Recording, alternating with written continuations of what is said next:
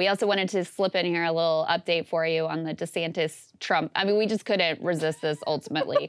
It came out before that Trump has privately been calling Ron DeSantis. His public nickname is Ron DeSanctimonious, which a lot of people hate, but I actually think is kind of solid. But privately, he's been calling him apparently Meatball Ron, according to reporting from the New York Times, which just illustrates it's very mean, but it also is the sort of cutting comic genius that led Trump to the presidency to start with.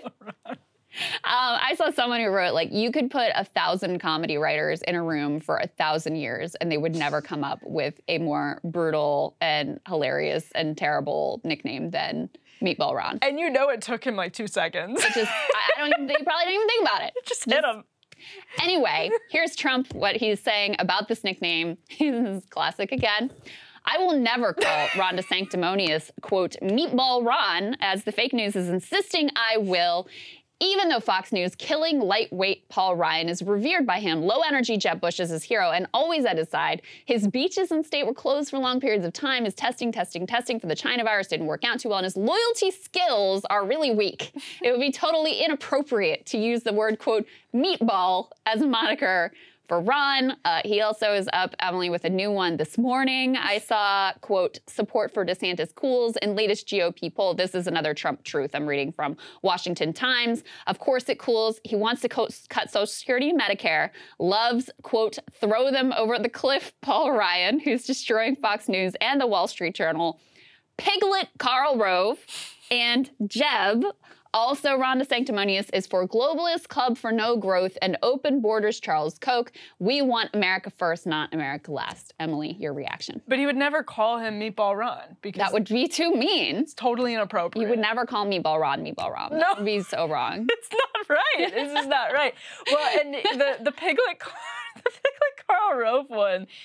That's a new addition, right? I've never heard that one before. It's in competition for my favorite Trump nickname, which gets overlooked all the time, but it's Sleepy Eyes for Chuck Todd. He calls him Sleepy Eyes. That is a good one. It's just so solid. Random. It's the same thing with Meatball Ron. Like, well, I don't know how he does it, but it is interesting that he's invoking, what does he say, Club for No Growth? Yeah. And the Wall Street Journal and Paul Ryan, it has always been basically like sinful in conservative circles.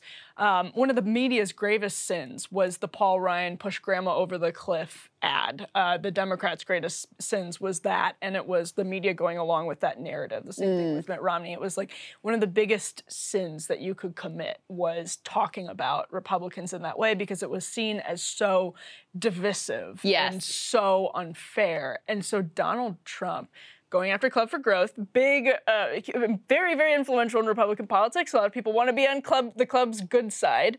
Most people want to be on the club's good side. They certainly don't want to be on their bad side because they get involved in primaries. And then invoking that trope and talking about Social Security and Medicare. That's the one that's really noteworthy to me. Yeah, and he's always, you remember when he campaigned and said basically everyone will have health care? Yeah. He taps into something that Republicans would do well to pay attention to, but along with J.D. Vance and some others who have really started to use this as like a new right populist wedge issue. Again, you're welcome to not believe that they believe what they're saying. I completely understand that. I think it's a reasonable argument to say, well, they probably would still cut it. I don't know whether that's the case. I think we're having a debate right now that's going to clarify whether that's the case. But as that wedge issue, you're right. That's the interesting part of that truth, other than Meatball Ron, which you wouldn't say. Yeah, well, I mean, I think on Social Security and Medicare, I do think Trump has been pretty consistent. There are a million issues where he has been inconsistent, where he said one thing, done another, he's been all over the map on all kinds of things. He's been pretty consistent about Social Security and Medicare. And even, in the whole debt ceiling and budget cuts and what parts are we going to cut Republican debate that's going on right now, he came out and said and unequivocally, you should not touch Social Security, not one penny. So, he clearly sees this. This is some 2016 Trump vibes. Like, he clearly sees this as an issue where Republican elites are wildly out of step with what the Republican base actually wants.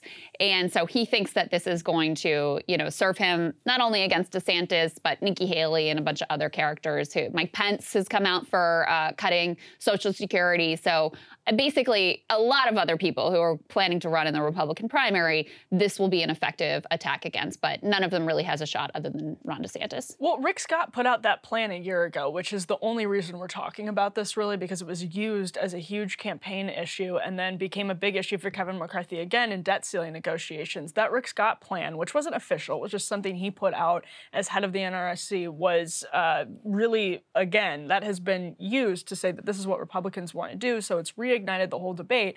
Rick Scott put out what was supposed to be this populist new Republican Party plan.